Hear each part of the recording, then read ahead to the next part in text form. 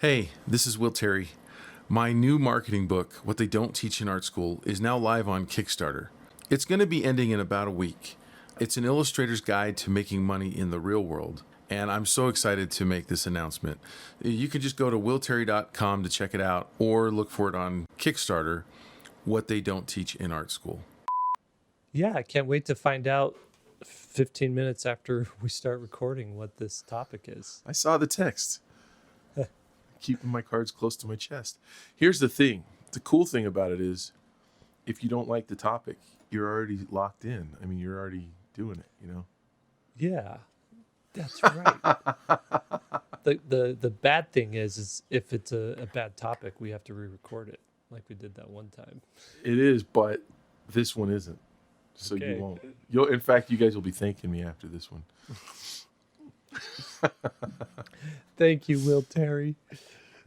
It's Thank why you do for some this. people believe in the flat earth theory? That's where you're going camping, isn't it? The edge. We're gonna back the camper up so we get a really good view right off the edge. Hello, everybody, and welcome to 3 Point Perspective, the podcast about illustration, how to do it, how to make a living at it, and how to make an impact in the world with your art. I'm Jake Parker. I'm Lee White. And I'm Will Terry, and all three of us are professional illustrators and have been working for the last 25 years. We've worked with just about every major publisher in the business, and we've published somewhere between 50 and 75 books, and we've all taught illustration at the university. Each week we pick a fascinating topic on illustration and we argue about it, we yell at each other, and we hug it out at the end. Sounds good. Well, let's get right down to it because Will hasn't told us what the topic is today, and it's his. Whoa, and whoa, I'm whoa! dying, You can't just do that. I'm dying to find out. You gotta have What a do you- little banter. We can banter Okay. a little bit. Let me ask you guys this: if you, we got an email, and I saw Lee responded to it, but the email was, "Do you have anything in place to save your artwork, your personal sketchbooks or your personal art in case there's a flood or a fire or something like that?" And I liked Lee's response, but I want to hear what Will thinks. Did you see Lee's response to that I email? did not. Let me orient the viewer. I said I had a 3-part response that said you should, number one, have insurance. If you're a homeowner, that means you'll obviously have homeowner's insurance. But if you're a renter, that's the one that gets people a lot because they don't think they need to do anything like that. You need renter's insurance if you're running an office out of your home and you're renting a place. You got to have renter's insurance. And you got to log everything, take pictures and keep receipts and all that stuff for both the computer stuff and then original art and all the other supplies that we have. That stuff's expensive and it's hard to replace it if something happens. I have known two people who their whole studio burned down, everything lost. Wow. Crazy. And then so the second step to that was Dropbox, just having some kind of electronic backup and make sure it's off site. Don't think you're just going to back it up to a hard drive on site, because then if the fire or flood gets it also gets your backup. So I use Dropbox, but there's a number of them. And then third, I can't remember what the third thing it was. What was it? So Dropbox. Insurance. And then Dropbox. try to save stuff if you can, because they were asking, should I try to save something if it's a threat to your person, bodily harm? If something's on fire, just get out. I had a tree fall on my studio 2 years ago. You guys remember that? You're the right person to answer a this question. huge giant tree landed on my studio and the roof was supporting it and all my computer gear was underneath the path of the tree.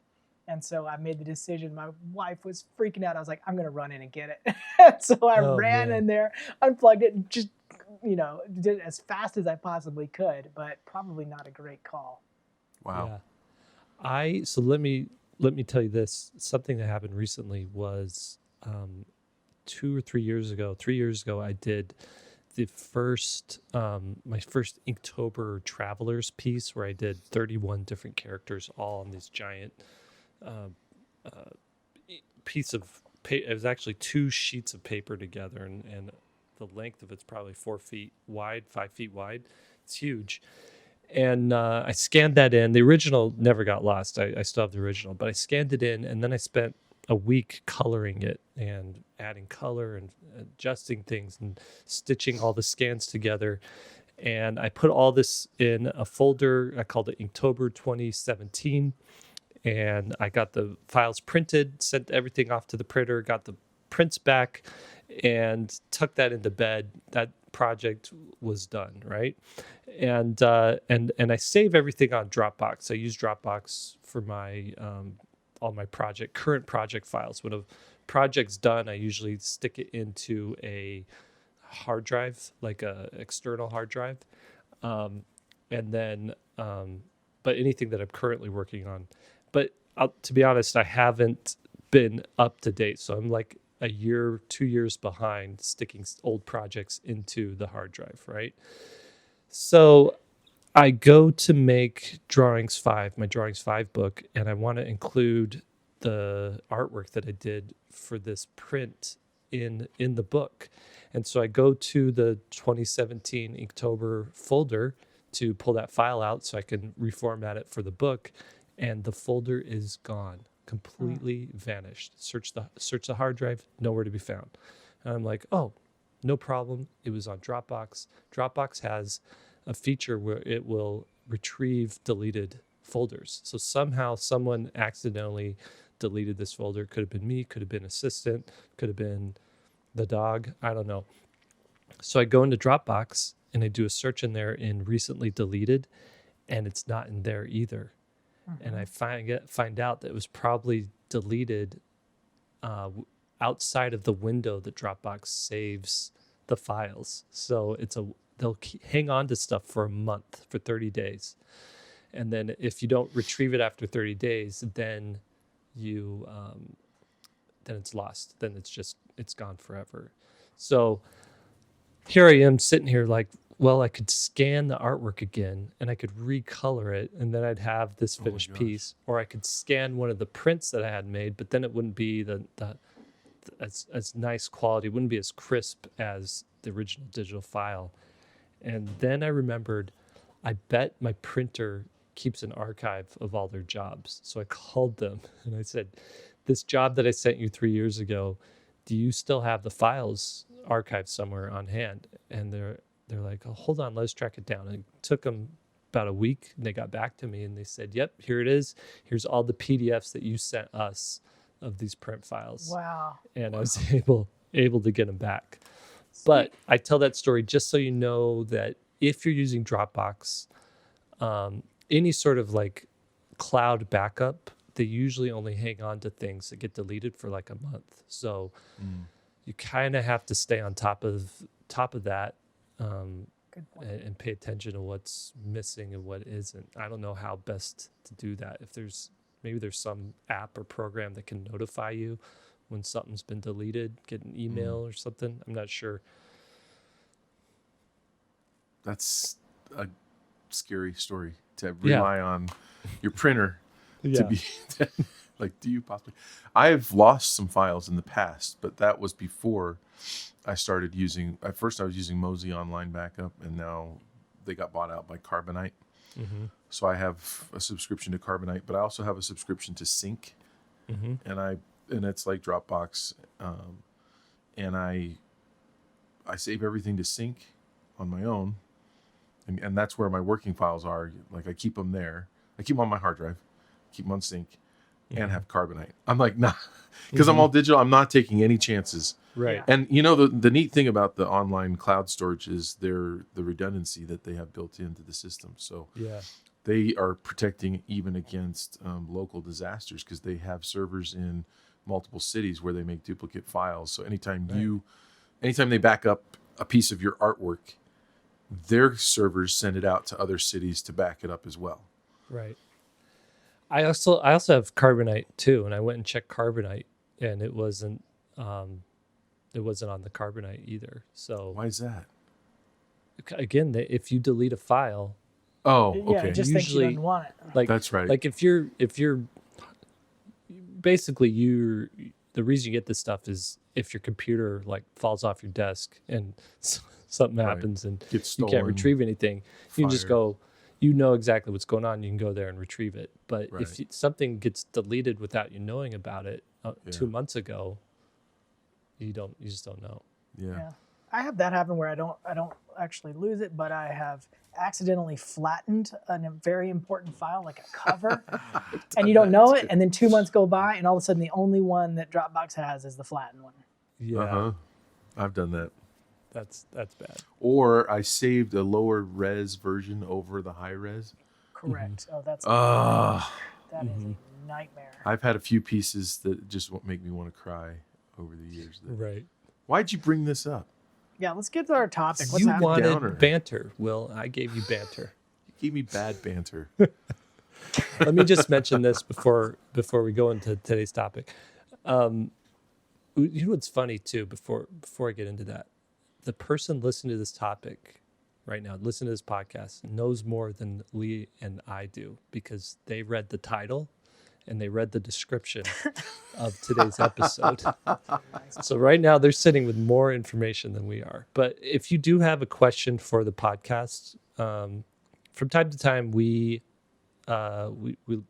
like to do an episode where we answer questions. Maybe we'll have that be a segment for each podcast. But if you do have a question, just go to SVSLearn.com, scroll down to the bottom and click on Contact Us, and just type in the subject line podcast question or question for the podcast, something like that. And it will get to us and we will answer it.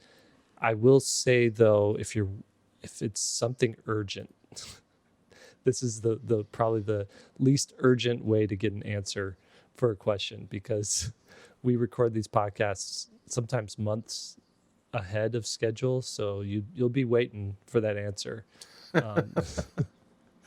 So if it is urgent, just type in urgent, and maybe one of us can get back to you sooner than you waiting to download the episode. So here's a good segue from that.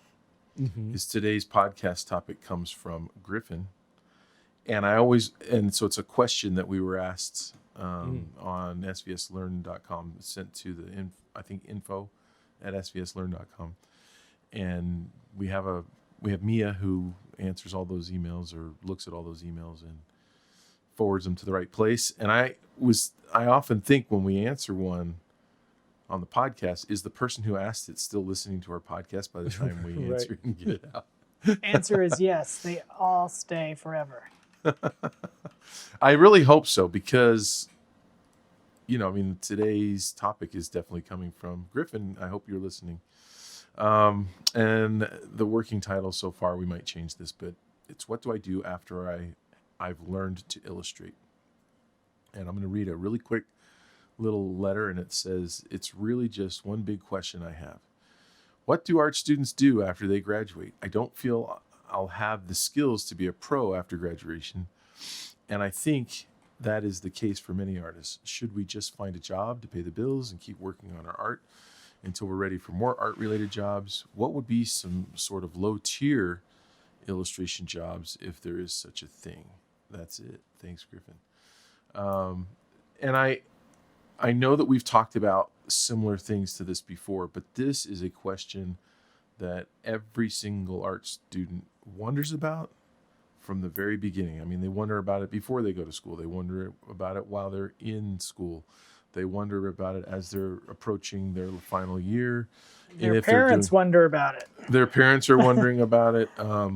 Friends are wondering about it. Friends are wondering about it, and when you're an art student, you have to defend your choice of major, right? You're like, wait, you're an artist?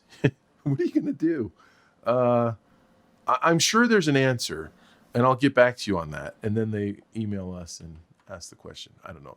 I'm writing. What am I going to do? Right. And I remember feeling that way. I remember feeling that way all the time. And I was always very surprised that when I would try to bring something like that up in class, often the teacher would sidestep the question. I had a few teachers that were really good at talking about it. And often the answers were still really vague. But I hope that we can really shed some light on this and give you guys some answers. So before we get going, I just want to tell Lee and Jake kind of what I have planned. I want to talk about, I want to get your ideas on first, but I'm going to be reading kind of a game plan, a 6-step game plan towards when you guys are done, kind of, I'll correct your wrong answers with that. and set everybody straight. And then I have I want to talk about levels 1 through 10 artists, what that looks like and what their lives look like. And so I have some descriptions to read there too. A level 1 would be starting out in elementary school. A level 10 would be obviously the highest that you can attain. Will Terry. I don't think so. I would not put myself at a level 10. So the one of the questions here was low tier illustration jobs. What are your guys' thoughts on should someone when they get out, should they find an art related job? Should they find any job? Should they, they got to pay the bills? What would be your guys' advice on just the job part? That is a good question, because I go back and forth on this, and I think it comes down to sort of our last episode topic, like do what you want to do. Like, what is it that you want to work on and do that thing? So if you can find an entry level job that's close to that, where you're doing like a small portion of it, like say eventual goal is like art directing video games. You want to be an art director at a video game company, then any sort of entry level job having to do with that would be perfect, because someday as an art director you'll be able to say, well, I worked this scrub job, at a no-name video game company, and I saw how things worked there, and I saw how it was on the ground floor, and so I know you take all that information with you as you get up to that high level. If it's illustration, if it's like I want to do book covers, that's something Lee's working on right now, then there's no entry level like book cover jobs. It's if there is, it's somebody who's probably not going to pay you, or if they are, they're not going to pay you much. The book isn't going to be published far and wide. It's probably self-published, or that's as low as you could go. So perhaps that's something you could do, but it's not going to be your job. It's not going to pay enough to be your job. So you're probably going to have to take a job doing something else that pays you enough to survive while you take on these entry-level jobs. One thing you have to be cautious and aware of is taking a job that in the creative field saps creativity. So that if you think, well, I'll work all day doing, this semi-creative thing, and then I'll spend my nights and my weekends working on, book cover designs. You might not have the creative energy left to put into your craft. You might just you've poured it all into this tangential job, and there's just nothing left over for you to put into your work. So sometimes maybe the best option is to get a job that requires zero creativity. You can sort of show up, you can just do it. And then so you're saying like managing a fast food joint, or working as a clerk at a Home Depot or preferably under that one, you want as little responsibility and effort as you can get. Yeah, because you're saving yourself basically to come home and like, oh, I can't wait to get drawing when I get home. Right. And really your mindset needs to be, yes, my main job is mastering my craft. I'm just doing this other stuff for rent, food, going to the movies every once in a while. So that would be my early graduate college advice is spend the majority of your creative energy doing the thing that you want to do and you want to be paid for and you want to be a level 10 artist at, whatever that is. Or get a entry level job. I just want to break in. You're saying do that on your own. Start working on that thing. Yeah, working on it on your own. So let's just take children's book illustrator. I want to be a children's book illustrator. I'm about to graduate. So in that example, you're saying start illustrating your own books in your spare time. Or doing the types of illustrations that would build out the ideal portfolio. For that, okay. Yeah. and then get the Home Depot job. Mm-hmm. Or if you're wanting to get into some sort of industry job where there is like room for advancement within a company. Mm-hmm. So animation, TV, animation, feature animation, video games, um, those sort of things where you get hired by a company, you transition between companies, then the sooner you can get a job in one of those industries, the better you're going to be overall if your plan is to live and die in that industry. Mm-hmm.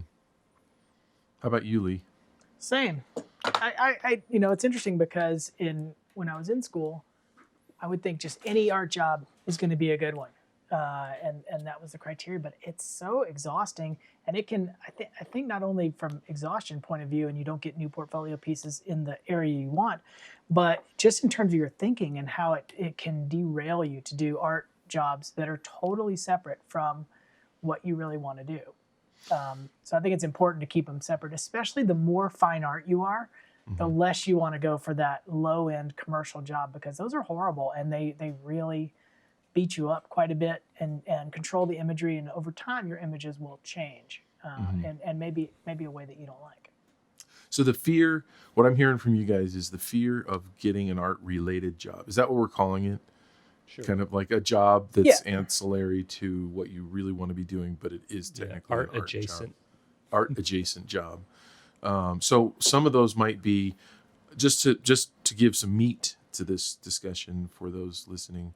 I've known people that have worked as an artist for a grocery store chain where they were making signs, but they could make kind of creative, do a little illustrations along with the signs. Malls, institutions, schools, libraries, museums. I have a friend. We all have a mutual friend, Nate Hale, who worked. I don't know if you know him, Lee, but Nathan Hale worked. He got his start at a museum of all places. You're talking about the painter. Yeah, Nate Hale? Graphic well, novelist. graphic novelist. Yeah. Okay. Yeah. And he did Rapunzel's Revenge and among many. Oh, he did the Hazardous Tales series, but he got his start. Well, he actually got his start because his parents owned a theater in the Round Playhouse, and then he was making signs for them. That got him the job at a museum as the in-house artist, making signs and murals and different things like that. He got a lot of painting experience there, and then he worked his way into publishing. Amusement parks.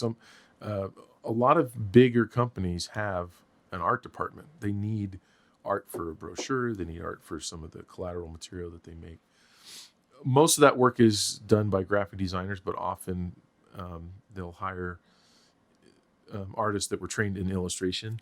You guys that are listening, if you also have graphic design skills, so you'll get a chance to do some art jobs. So, but what I'm hearing you guys saying, you're kind of warning against those kinds of jobs because it takes, I mean, you do only have so much creative energy in a day. Now, here's the thing, and I knew you guys were going to go there, and I wanted you to, so you've fallen perfectly into my trap, which isn't a trap at all. It's more of a quandary, I guess, is that I started by working at the University of Maryland because they had an art department. I looked in the paper and saw this job that was available. I wasn't even going to school there. I'm from Maryland. It was 5 miles from my house, and they were looking for an artist to do signs for their for the dining halls. Yeah. And I mean, it's such a weird job. It's like, well, I'm an artist for a university making menus and brochures and all sorts of things around the food industry on campus. It's huge. It's a huge school, and it was a great job for me to learn and to perfect my craft, but I did not want to come home and draw. Right. But that job got me the job at BYU when I was going to school as an art student at BYU, doing the same thing, posters and flyers and brochures for concert management there, where all the performances I got to make a poster for, and same thing. But I was in school, so I'd have my shift was a 4-hour shift, and in 4 hours I had to do sometimes 3 or 4 flyers and posters and stuff. And so, I mean, I would come in, I would see the list of things I had to do that day, and I would just jump in. There wasn't any time to get art direction. It was just make a decision, make a promotion, either brochure or poster or whatever, as quick as you could, as good as you could, and then it's done, because the next day you're going to have a whole another set. I mean, that's how many performances there were at the school, and I think I worked 3 days a week. So it was like 12 hours a week, just cranking as fast as I could. And what's funny is I have had students come to me and ask this very question, and I've asked them, like, you know, what kind of job do you have now? And one guy, the reason I say Home Depot is because one of my students was an assistant manager at Home Depot and was making, I think he was making like $70,000 or $80,000 a year while he was going to school. Yeah. And he's like, well, I'm going to quit that job because I want to get some kind of a job like I'm talking about. And where do you think I should apply? And I'm like, so you would walk away from $80,000 to, and he was also in the running to become manager. Mm-hmm. You'd walk away from that to, you know, to become a $20,000 or $25,000 a year guy at making posters and flyers and stuff. And he's like, well, isn't that what you have to do? And my advice was, no, don't kill yourself. You know, money wise, like if you've already got a really good job, you go home and draw at night, right? And he's like, yeah. And so I'm like, well, you're fresh. All your best stuff is gonna be for you. But yeah. I didn't follow in that. So it's hard for me to, when I think about this, and the reason why I really wanted to answer Griffin's question was, I give that advice, but I didn't take that advice. You know, I came up from doing, and to kind of round this out, I did for that, in the 2 years that I worked that job at BYU, I probably did, I mean, I might have done 500 to 1,000. I don't know what the count is. 500 to 1,000 posters and flyers. Mm-hmm. Well, how much did I learn? Just visual, spatial relationships, making decisions quickly, and then, and how much of that translated to my illustration career. You can't undo that. You can't have an alternate reality where you can see what would have happened if you had done that. You know, that's a good point, because I did take a lot of odd jobs, like odd illustration jobs, and everything made me the artist that I am today, right? Mm-hmm. So I think there's more than one answer here. There really is, and that's. Well, now that you mention it, I didn't take that advice either. I mean, I was working for. I think there's two sort of answers. If it truly drains you and you can't do what you need to do, then obviously you don't need to be taking a job like that. But I did architectural concept design and found a little niche there where it was fast, it paid well, it checked off a bunch of different boxes in order for me to start building my career. It didn't take a ton of time, paid well enough to where I didn't have to constantly do it. And so I would, but I didn't care about it while I was doing it. I wanted to make it look good. And then I would turn in the drawings, and then I would have a full day or two free to do what I want to do. Right. So, but it just depends on what job you find.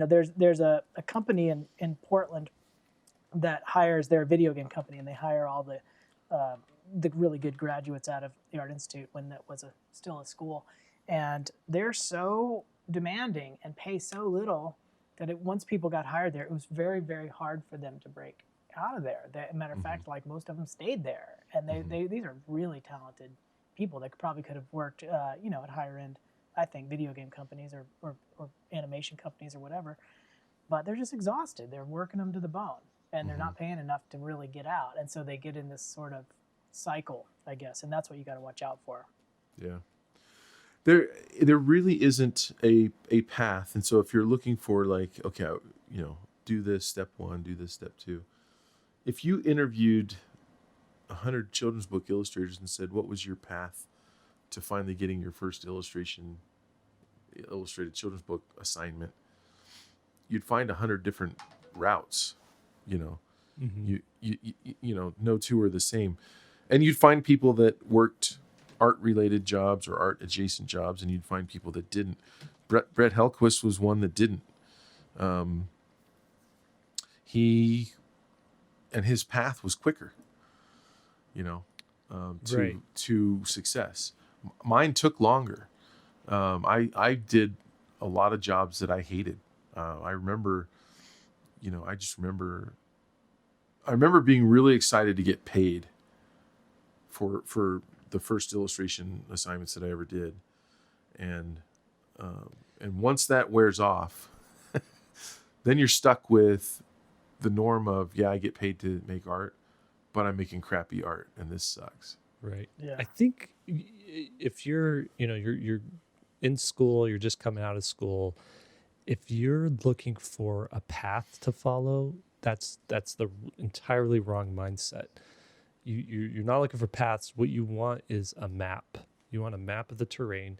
So anytime you talk to a professional, you just want to know what the lay of the land is. You want to know, my destination's over here, and you can see that there's winding paths all the way going through forests, going through canyons, going over mountains. But you just need to know where that is, and then you have to find the path to it yourself. Because I kind of want to say, like, every person who finds a path to their destination, that path shifts as they leave that path. Like, no one can go through that path like they do, because they'll end up in a different destination. So really, you just need to understand, like, this is what I want to do. These are the skill sets I need to do that. And then you find the way that's going to get you there. Is it that entry level job, doing posters or doing chalkboards for a restaurant? Maybe that does. Maybe that leads you closer to it than going this other route. We're all different too. And when I did those jobs at the University of Maryland and at BYU, all the material that I created would be different than what someone else would do. There were some of those posters that I did, I got really excited about. I mean, you know what I mean? Because a creative person, a truly creative person, has to create to feel fulfilled in their life. We have to make stuff. That's, if you've got that gene, you get that excitement when you think about the project you're going to work on. You start visualizing what it's going to be like. You start getting excited about the drawing process and the designing process, and you're going to use these colors. I mean, it's just, I can still remember some of the projects that I did there being really, really exciting. Like, I couldn't wait to clear out a couple of other projects in on my roster so that I could just work on those. So sometimes what I would do, because some of the groups on campus that performed were smaller, and they actually had a budget, they had to pay our office. And so I was able to really give them a crappy flyer, just basically text and a piece of clip art. So I could slam a couple of those in 15 minutes each, and then save 3 hours or so to work on one that I would actually do a nice illustration on or something. Yeah. Which look horrible today. I saved the best ones that are in a flat file, and I've looked at them every now and then, and I'm like, I can't believe that I used to love to do this. But my point is, if someone else had that job, they would do completely different paintings, and maybe on the ones that I really got up for and really loved, maybe they would have hated, and wouldn't have gotten as much out of, I guess is what I'm saying. Does that make sense? Yeah. Right. So maybe that job actually helped me more than it would help someone else get to the next stage, because I wasn't content doing that. Whereas at some jobs I've known, art-related jobs, I've seen people there for, a decade or two, and it's like they've kind of lost that feeling of wanting to break out and branch out and do something different. Another thing is, as soon as you can get say you do want to do something like a children's books thing. Children's books, you're basically isolated. You're working out of your home studio. A lot of times, a lot of children's book creators I know are they are connecting with other people through Skype or through Zoom meetings or just on phone, just so that they have people to talk to and people to like relate to and pick up things from, pick up tips and just understand the industry a little bit better.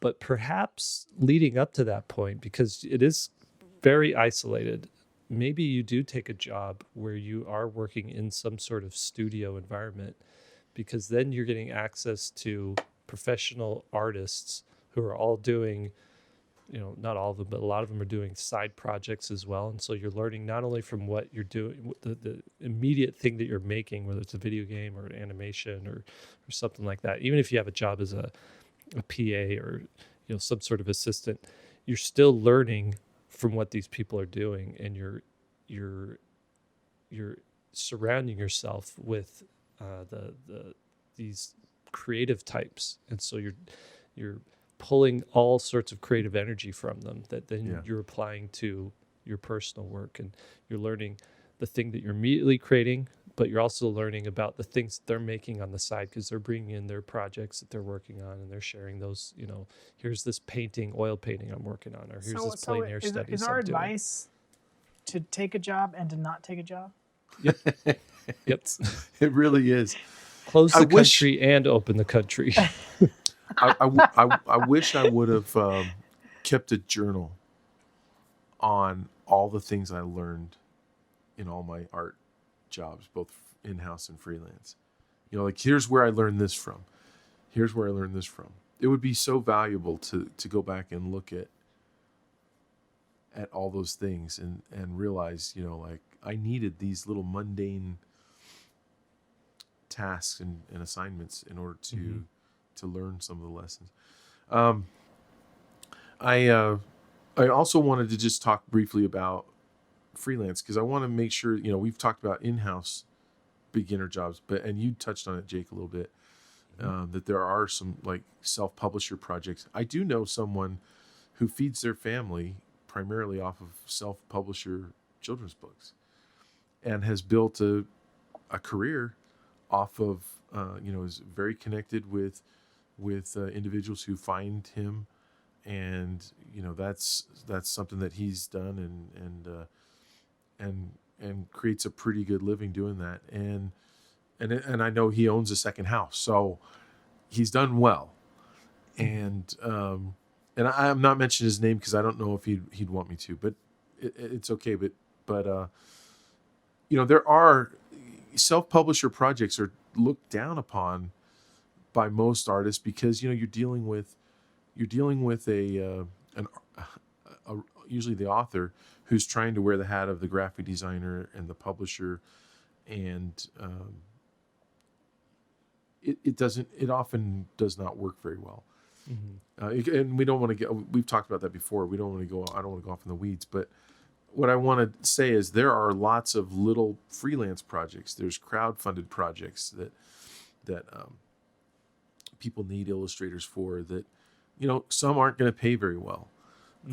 You could do something like even approaching local restaurants and saying, hey, I'd love to make some art for your walls, and I don't need a whole lot of money. I'm trying to get experience. Is there anything that you need?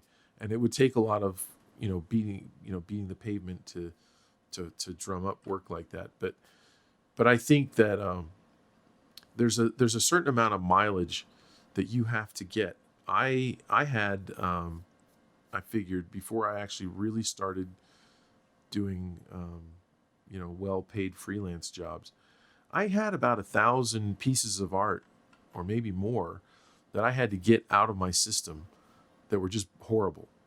And I had to get those, I had to do them and get them out in order to learn the lessons of how to make good art or decent art. Because even when I was, I've been at this for 27, 28 years, something like that. And if I look at my first 5 years when I thought I was good, I cringe at all that stuff that I did in the first 5 years as a professional illustrator. And that was after the 1,000 bad paintings that I did. So the fear that I have for, in giving advice of saying, don't get an art related job, which I've often said, and you guys, I hear you saying it too, and now we're kind of like, I don't know, but the fear is you won't get enough mileage. You won't purge those bad paintings out of your system.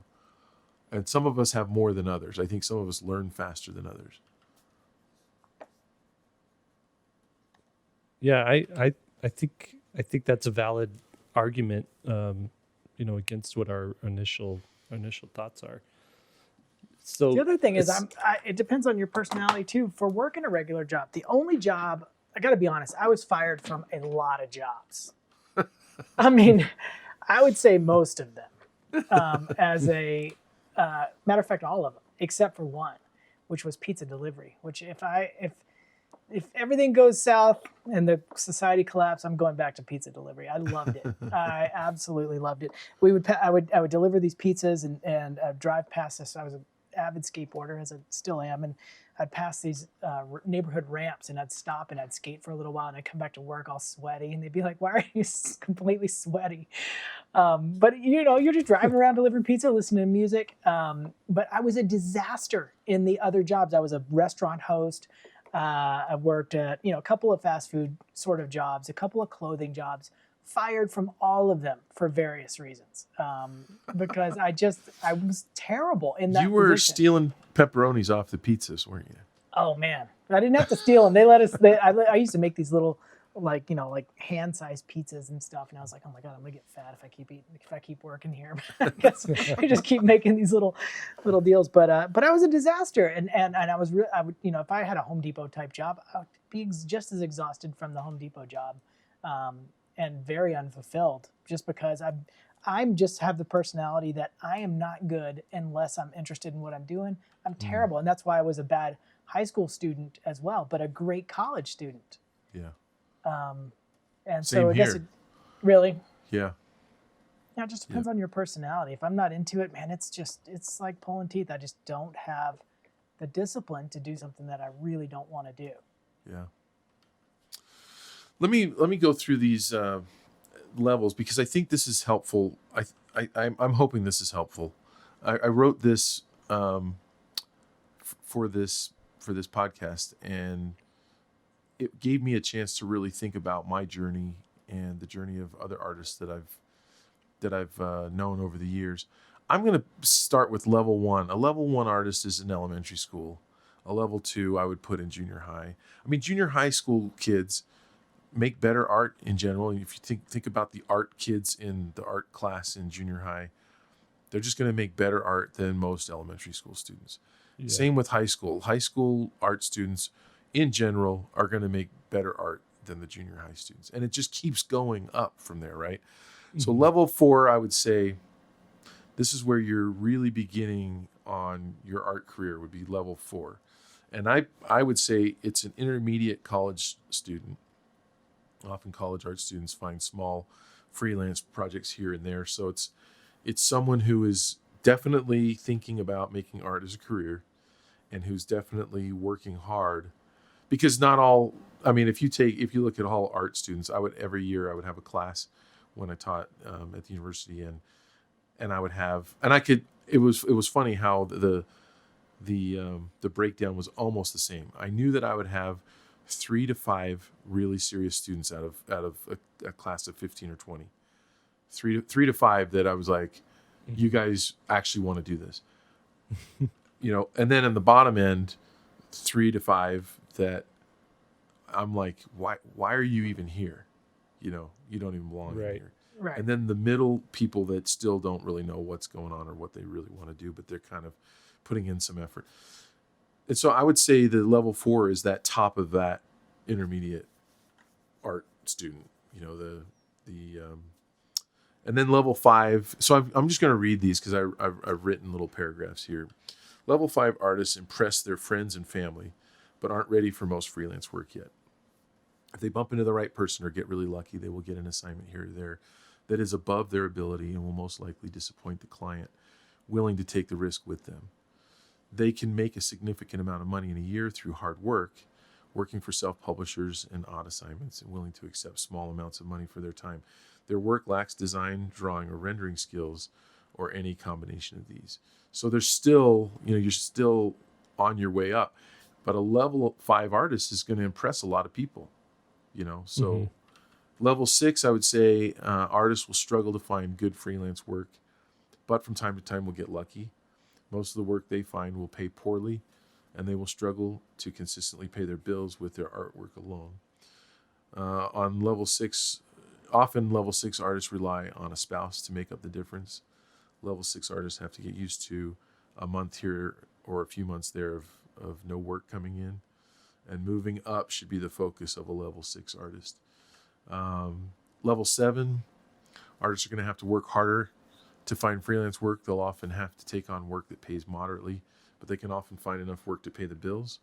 They must fight for the work and attention they get because their work won't attract the highest paying clients. If they're clever, they can get more mileage out of their artwork, but level 7 artists have to hustle more in their marketing. And then level 8, 9, and 10 is just that's really where I see your goal needs to be. Your goal should really be to make it to level 8. And obviously we all want to be a 10, but level 8 artists can easily find freelance work, but they usually have to advertise for it through paid or direct mail campaigns, online sites, reps, or social media. They can also have thriving print and original art sales. They can collaborate on projects and find success in non-conventional marketing avenues like Kickstarter. Then level 9 artists are often getting approached by companies to work on their projects. They can easily sell prints of their work at conventions and online. They often teach at art schools and get asked to speak on panels. They can easily sell their originals or prints in galleries, online sites. They can easily reach their goals on their crowdfunded projects. And then level 10, artists have companies competing to get them to work for their projects. They sell out of their print books and prints. They are often asked to teach at conventions and flown all over the world to present at workshops. They are often approached for project collaborations. Their name is often recognized by non-artist fans. So here's a short list, and you guys can add some to it. But here's people that I would put as level 10. Tony DiDerlizzi, Scotty Young, Kazu Kabuishi, Mary Grand Prix, Lois Van Bartle, Kadir Nelson, Peter DeSive, Carter Goodrich, and Polly Bernatini, to name a few. But I don't know. What do you guys think of that? They're definitely level 10.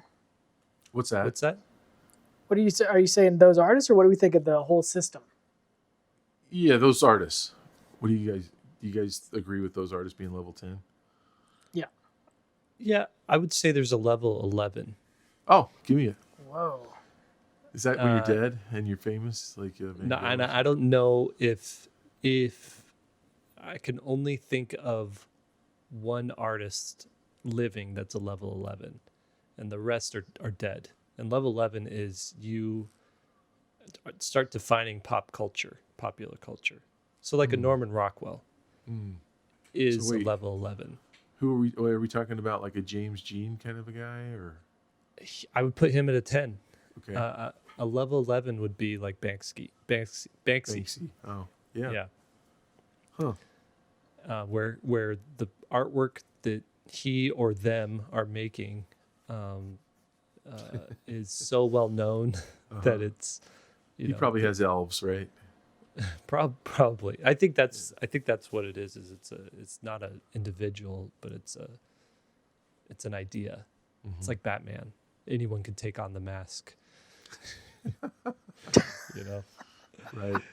So that would be like the level 11, and I don't know if you even want to achieve that level.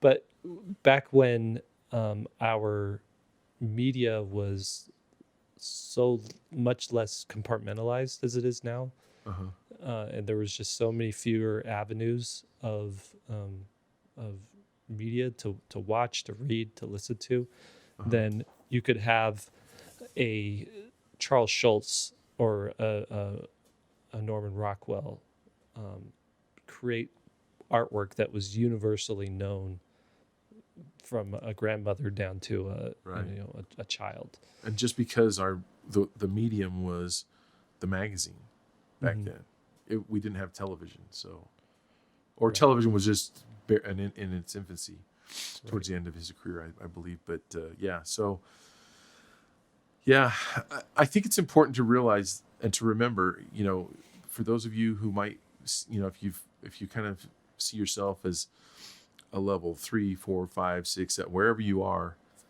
just know that every level 10 was a level 1. And then they were level 2, and then they were level 3 and 4 and 5. And they never, every single level 10 was where you are right now. What level are you guys? That's dangerous. You can't do that. Come on, you got to claim it. Negative. No. I'm not gonna do it. None. You have to say what Will and me are, and then we could say what you are. What was the level? I'll go 9? last. What was the level 9? Level 9 artists are often getting approached by companies to work on their projects. They can easily sell their prints of their work at conventions and online. They often teach at art schools, get asked to speak on panels. They can easily sell their originals and prints in galleries and online sites, and they can easily reach their goals on their crowd-funded projects. That would be. I think that's it. That's where you guys are. Yeah, I'd put Will there. I'd put Lee at like a 12. Defining movements. You know what's funny about this too is I think you can also be multiple levels. You can be a level 10 on some areas and a level 8 on others, and a level 9. So it's there's a spectrum. Yeah, because you're not. Most people aren't great at everything, and some people are and this includes some people are better at the concept in their art, and so you look at their artwork, you look at the visual art, and it might not impress you that much, but then you see what they're able to create financially with their projects, and some people don't get it. Some people don't understand why people respond to it and why it's so commercially successful. Can you give an example of someone like that? Yeah, so that would be, for me, the example I always go to is Mo Willems. So if you look at his visual artwork, Don't Let the Pigeon Drive the Bus, and all the other stuff that he's done, you strip away the writing, and it looks fairly common, or maybe not common, but it looks easy to make. Yeah, it's not impressive. It's not impressing illustrators, right? Yeah, but well, he's not drawing. Yeah, you got some artists like a Tony Dieter Lizzie who's like drawing for illustrators, right? Right. Everyone can appreciate it, but the illustrators are like, yeah, look how he rendered that. Right. Look at that design. And but I would put Mo at a 10. Yeah, and Mo Willems, he's illustrating for a particular audience who may or may not be, that artistically inclined. Yeah. That to say, the pigeon design is iconic. It is. It's there's a brilliant simplicity to it, the same way that there's a brilliant simplicity to like a really good quote. Right. Putting words together, or a simple poem or something like that. Not a simple poem, but a brief poem or a brief quote where you're just like, oh yeah, that's memorable. It's shareable. He's approaching illustration from a graphic standpoint. It's very graphic, and it's very easily comprehended and consumed. Well, I'll throw a name out there, Matthew Inman, who does Oatmeal, like level 10, and level 10. But maybe a level 6, level 5 art style, Yeah. So sorry, go ahead. Well, I was going to say, and I think he'll be the first to admit it too. Like his humor is the product, and his art style is there totally to service the humor. Yeah, and his art style or his humor would be ruined with a lot of highly polished art styles. That's right. Yeah. His rudimentary drawing skills add to the humor. Exactly. Another way to say that was the level to his suckiness as a as an illustrator helps it be even more funny. Right. Well, it's like Gary Larson too. Yeah. You know, the drawings are so funny, Yeah. but he's not an illustrator. He's not an Yeah. artist. I would hate Gary Larson to try to draw better. That would be Yeah. a nightmare. Yep. So I have these 6 things as far as a game plan for Griffin and for anyone else who is approaching the end of their education in art, be it online or in a traditional school. And these are, you guys can, these aren't the be all end all. If you want to add to or take away, you feel free. But one, I would say, try to find work that you don't hate. So, a job, we kind of already gone over that. Try to find something that you can do to pay the bills that you just don't hate. That's the thing. Because if you can satisfy that part of your life where you're making money, then, and you're not hating it every day and it's not, driving you crazy, then you can come home and work. 2, work on your portfolio and never stop. So the reason that I put these levels in there is to help people understand that getting to a level 8, 9, or 10 is a lifelong pursuit. It's something that never stops. So you don't ever get in the mindset of thinking, well, once I get my portfolio, then I'll go out and I'll make money or make work. Your portfolio should always be changing. 3, constantly share your work on social media. And I use Piper Thibodeau as an example. If you've never looked at her work before, you should check it out. Just sharing her work on social media is what got her career. 4 is constantly network. So you've got to be networking and really getting out there and meeting other people, because a lot of the opportunities are going to come from a friend of a friend of a friend or something like that. So you've got to be connected. 5, contact companies that hire illustrators and be on their radar. So let them know that you're looking for work, be it digital games, board game companies, textbook publishers, children's book publishers, magazines, graphic novels. Be contacting them and letting them know that you want to work for them. Because if your work is great, but they don't know about you, you're never going to get any work. And then always be working on a personal project. And I think if you're doing these 6 things, then as long as you're really passionate, as long as you're working really hard, as long as you're improving, it's amazing how opportunities kind of just fall out of the woodwork. And like right now, we're still in kind of right in the middle of this COVID-19 partial lockdown thing. And I have gotten more offers for assignments than I've gotten in the last. It's because you're a level 9. I've been turning down stuff. I've been bidding really high on things. I'm like, even while we're podcasting, I'm getting a message here from this board game company that I'm still negotiating with to work for. And it's just interesting that if I look back at when I was a level 4, 5, 6, the struggle was real to get work. It's like, how do I get work? How do I get someone out there to know about me and to want to pay me for my work? And now I don't advertise anymore, and it just happens. I have another guy that wants me to do a children's book, and I probably won't work on that one. Is that a self-published deal? No, it's for his company, but it's a smaller company, but they have a pretty decent budget. And it's a book that was already in print and it did really well, and they want to redo it.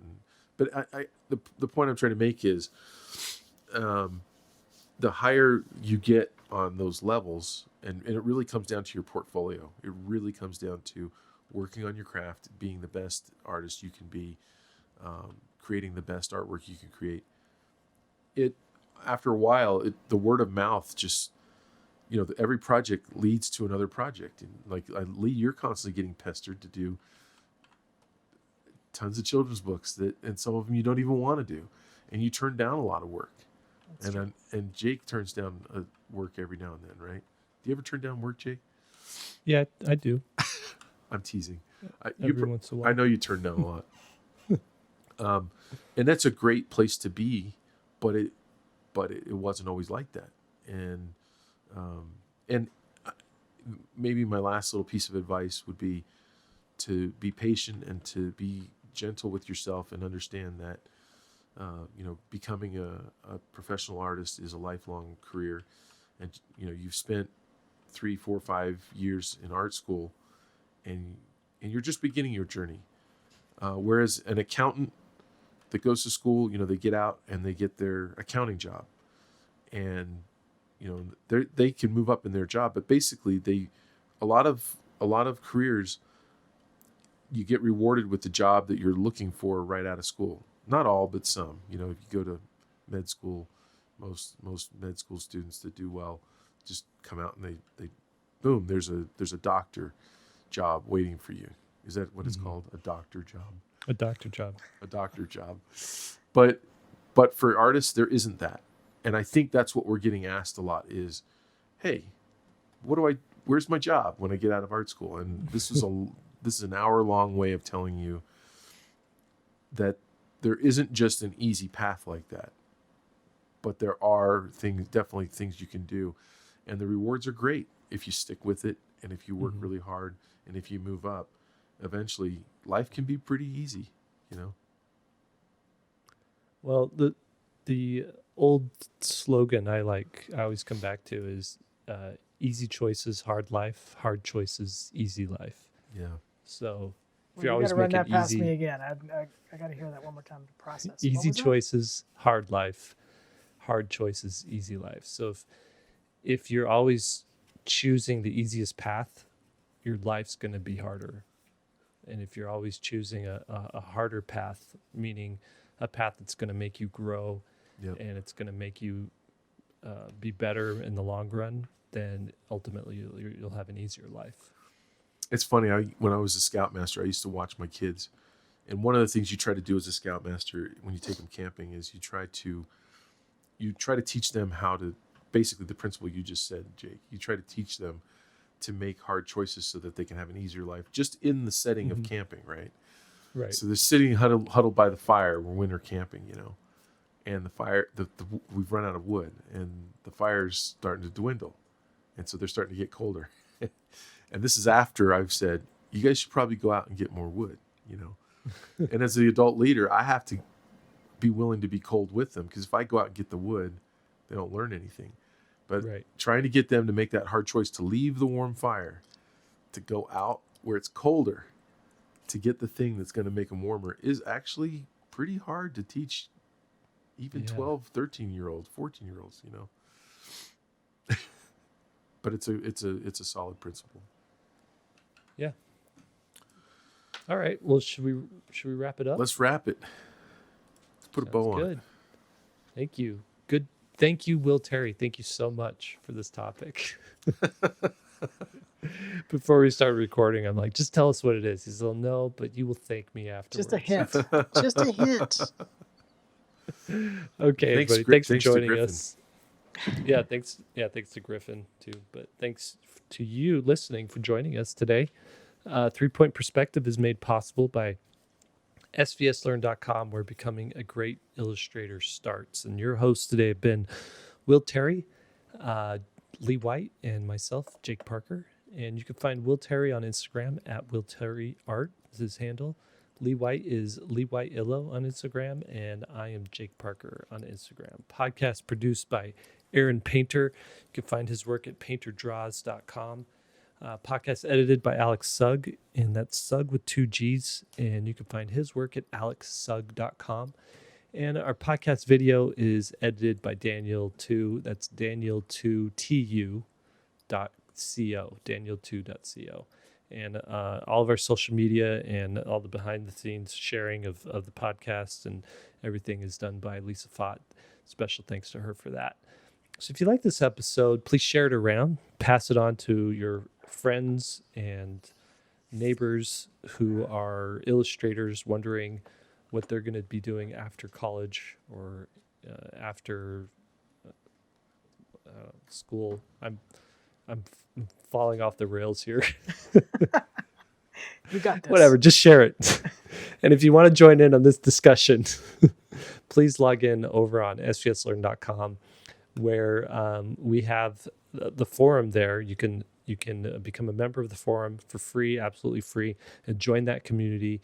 And there is a thread in the forum specifically about this topic. So if you have anything you want to add or any other questions or something, correction that needs to be made, something that we said, you can log in over there, join that discussion, and share your thoughts with us over there. So we would appreciate that. And I think that's it. Thanks. And we'll see you next time.